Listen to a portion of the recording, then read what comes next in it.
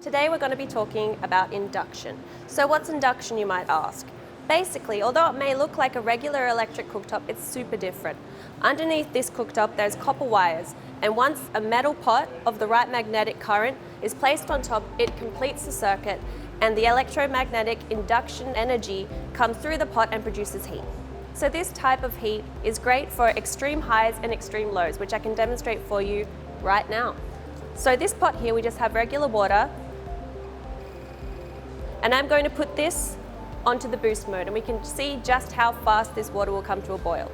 This chocolate has been here for 2 hours, and as you can see, the chocolate buttons are still intact. There's no need for a double boiler anymore. The heat is so gentle, the chocolate keeps its temper and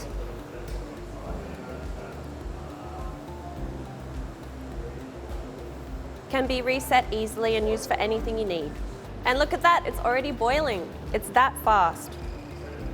Other things that I love about our induction are how easy it is to clean down. It's as simple as removing these and wiping down. You can also use it as an extra work surface, and it's super safe for children so that there's not going to be any heat left over unless there's a pot on there cooking. Induction is a new technology for some, and for others an old friend.